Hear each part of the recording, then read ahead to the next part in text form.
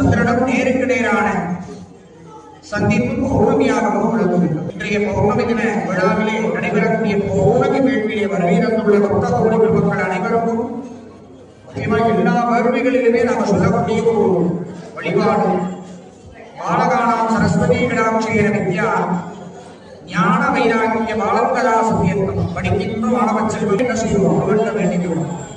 இதில் இன்னொரு சிறப்பு என்ன அப்படின்னா, குழந்தை இல்லாதவர்களுக்கெல்லாம் குழந்தை வரத்தை வேண்டி புகழ்ந்த சக்தி மதங்கள் எழுதுவாங்க.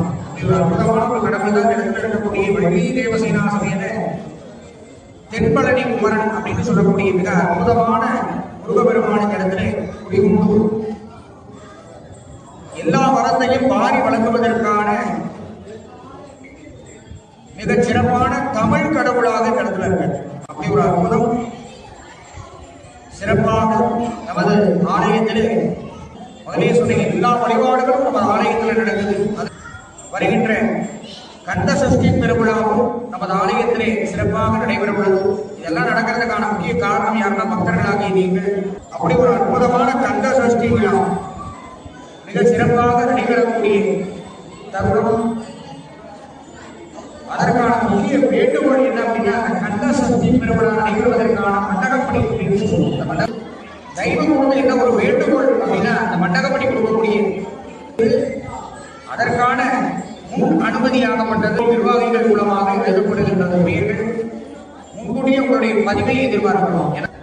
கந்த சஷ்டி பெருவிழா மிக அற்புதமான ஒரு நீங்கள் எதிர்பார்க்கக்கூடிய விழா சிறப்பாக நடைபெறுகிறது.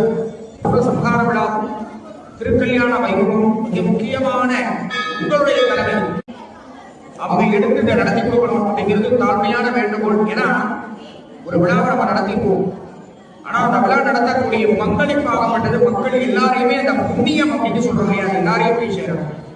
ஒரு வழிபாடு நடத்துறது பெருசு இல்லை. நீங்க ஒரு பௌர்ணமி வேள்வி நடத்துறோம்னா அந்த பௌர்ணமியில நம்ம ஒவ்வொருத்தருக்கும் அந்த பாக்கியம் அந்த புண்ணியம் மிக அற்புதமான அந்த புண்ணிய பூமியிலே நடத்தப்படக்கூடிய ஒரு வேள்வியிலும் சரி ஒரு வழிபாட்டிலும் சரி நம்மளுடைய பங்களிப்பு இருக்கு அப்படிங்கிற பெருமையோடு முத்தையா முருகனுடைய பேரருள் எல்லாருக்கும் கிடைக்கணும் அப்படிங்கிற நேரத்துல இப்பொழுது யாக வேள்வியிலே யாகசாலையிலே பௌர்ணமி தின நிறைவேறி அப்படின்னு சொல்லக்கூடிய மகா பூர்ணாகுதியானது கொடுக்கப்படுகின்றது. எல்லாருக்கும் முக்கியமான ஒரு வேண்டுகோள் என்ன அப்படின்னா, என்னதான் நம்ம வழிபாட்டை முன்னிறுத்தி நடத்தினாலும் வழிபடக்கூடிய நீங்கள் உங்கள் ஆத்மார்த்தமான வழிபாடு தான் இந்த இடத்துல வெற்றிக்கான அற்புதமான ஒரு வழியா இருக்கும்.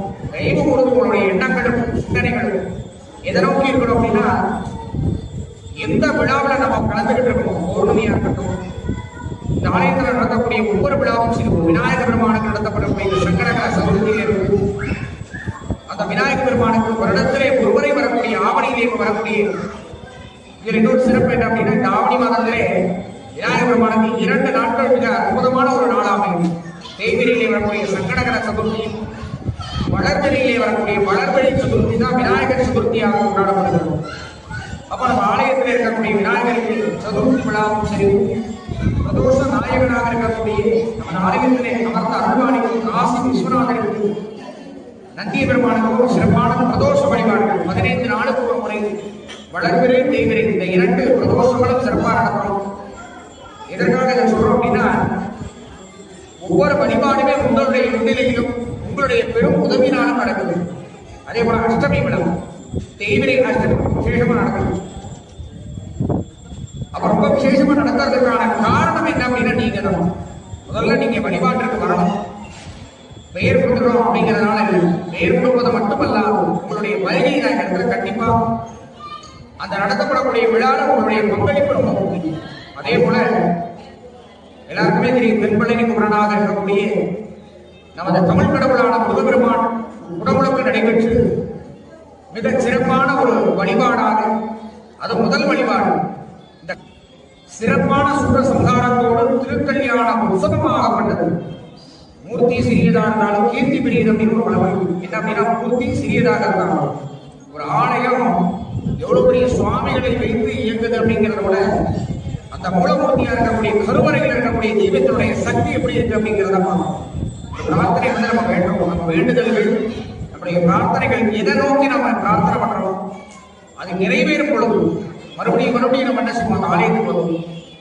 இதற்கான முக்கிய பங்களிப்பு மக்கள் நமக்கும் சரி, நமக்கு தொடர்புடையதான தெய்வங்களுக்கும் சரி. அந்த தெய்வத்துடைய ஆலயத்துக்கு வந்தா எந்த சிந்தனைகள் எடுத்துக்கொள்ளும். எதற்காக என்ன சொல்றோம் அப்படின்னா, நம்மளுடைய எண்ணங்களுக்கும் நம்மளுடைய சிந்தனைகள் எப்படி இருக்கணும் அப்படின்னா, எதை நோக்கி இன்னைக்கு இந்த ஆலயத்துக்கு வந்திருக்கோம், ஏதாவது ஒரு கோரிக்கை வச்சு நீங்க வந்திருக்கோம்.